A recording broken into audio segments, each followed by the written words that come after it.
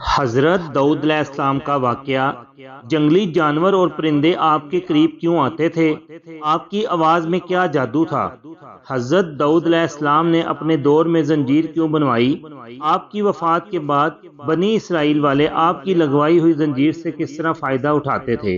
حضرت داؤد علیہ السلام کیا کام کرتے تھے؟ آپ اپنے ہاتھ کی کمائی سے روٹی کھاتے۔ حضرت داؤد علیہ السلام کی ایک ذرہ تھی جس کو پہن کر آپ نے جالوت کو قتل کیا تھا، اور یہ ذرہ حضرت داؤد علیہ السلام نے خود اپنے ہاتھوں سے بنائی تھی۔ حضرت داؤد علیہ السلام زریں بناتے تھے اور انہیں فروخت کرتے تھے۔ حضرت داؤد علیہ السلام اپنے ہاتھ کی کمائی کی روٹی کھاتے تھے۔ اللہ تعالیٰ نے حضرت داؤد علیہ السلام جیسی آواز اپنی مخلوق میں سے کسی کو بھی عطا نہیں فرمائی تھی۔ حضرت داؤد علیہ السلام جب اللہ تعالیٰ کی کتاب زبور کی تلاوت کرتے تھے تو جنگلی جانور آپ کے اس قدر قریب آ جاتے کہ آپ ان کی گردنیں پکڑ لیتے تھے، اور پرندے آپ کے ارد گرد اکٹھے ہو جاتے اور آپ پر اپنے پروں کا سایہ کر لیتے تھے، اور بہتا ہوا پانی اور چلتی ہوئی ہوائیں بھی آپ کی آواز سن کر رک جاتی تھیں۔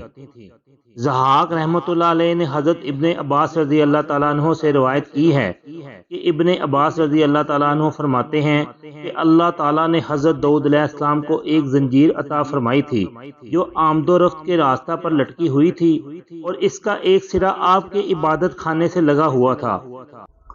اس زنجیر میں لوہے کی قوت رکھی گئی تھی اور اس کا رنگ آگ کے رنگ کی طرح تھا۔ اس زنجیر کے حلقے گول تھے، ہر دو حلقوں کے درمیان جوہرات جڑے ہوئے تھے، اور ان کے ارد گرد موتیوں کی لڑیاں لٹکی ہوئی تھیں۔ جب ہوا میں حرکت پیدا ہوتی تو زنجیر بھی اس حرکت کی وجہ سے ہلنے لگتی تھی، جس کی وجہ سے حضرت داؤد علیہ السلام کو ہر ایک حادثہ کا علم ہو جاتا تھا۔ جو بھی مریض یا مصیبت زدہ اس زنجیر کو چھو لیتا وہ فوراً ٹھیک ہو جاتا تھا۔ حضرت داؤد علیہ السلام کی وفات کے بعد بنی اسرائیل اس زنجیر کے ذریعے اللہ تعالیٰ سے مدد طلب کرتے تھے۔ جب بنی اسرائیل میں سے کوئی شخص کسی دوسرے پر ظلم کرتا یا کوئی کسی کا حق سلب کر لیتا تو مدعی اس زنجیر کو آ کر پکڑ لیتا۔ اگر وہ اپنے دعوے کا سچا ہوتا تو زنجیر اس کے ہاتھ میں آ جاتی، اور اگر وہ اپنے دعوے میں جھوٹا ہوتا تو زنجیر اس کے ہاتھ میں نہ آتی۔ یہ سلسلہ بنی اسرائیل میں اس وقت تک چلتا رہا جب تک وہ مکروہ و فریب سے اجتناب کرتے رہے۔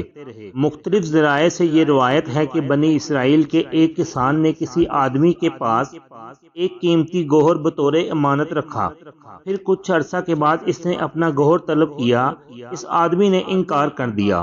اس آدمی نے جھگڑا شروع کر دیا اور اپنی خیانت چھپانے کے لیے یہ ترکیب کی کہ ایک لاٹھی لے کر اس میں سوراخ کر کر وہ قیمتی گوہر اس میں چھپا دیا۔ جب وہ دونوں زنجیر کے پاس آئے، زمیندار نے کہا کہ میری امانت واپس کرو۔ اس شخص نے کہا کہ میں تمہاری امانت کے بارے میں نہیں جانتا، اگر تو سچا ہے تو اس زنجیر کو پکڑ لے۔ زمیندار زنجیر کے پاس آیا تو زنجیر اس کے ہاتھ میں آ گئی۔ امانت کا انکار کرنے والے سے کہا گیا کہ اب تم اٹھو اور زنجیر کو پکڑو۔ اس شخص نے زمیندار سے کہا کہ میری لاٹھی پکڑو تاکہ میں زنجیر پکڑ سکوں۔ اس کے بعد وہ شخص زنجیر کے پاس آیا اور اس نے کہا کہ اے اللہ، تو جانتا ہے کہ جو امانت میرے پاس رکھی گئی تھی وہ میرے پاس نہیں ہے بلکہ خود اس کے مالک یعنی زمیندار کے پاس ہی ہے، تو زنجیر میرے قریب کر دے۔ اس شخص نے زنجیر کی طرف ہاتھ بڑھایا تو زنجیر اس کے ہاتھ میں آ گئی۔ کیونکہ وہ اس وقت اپنے قول میں سچا تھا، گویا کہ وہ گوہر اس وقت اس کی لاٹھی کے اندر تھا، اور وہ لاٹھی اس مکار نے زمیندار کو پکڑا دی تھی، اس لیے زنجیر اس کے ہاتھ میں آ گئی۔ لوگ متعجب ہوئے اور ان کے دلوں میں زنجیر کے متعلق شکوک و شبہات پیدا ہو گئے، کیونکہ وہ زمیندار کی سچائی سے واقف تھے۔ جب اگلی صبح بیدار ہوئے تو زنجیر کو اللہ تعالیٰ نے آسمان پر اٹھا لیا تھا۔ حضرت داؤد علیہ السلام نے جالوت کو قتل کرنے کے بعد 70 سال تک حکومت کی۔ بنی اسرائیل حضرت داؤد علیہ السلام کے علاوہ کسی بھی بادشاہ کی بادشاہت پر اکٹھے نہیں ہوئے۔ اللہ تعالیٰ نے حضرت داؤد علیہ السلام کے لیے بادشاہت اور نبوت کو جمع کر دیا تھا۔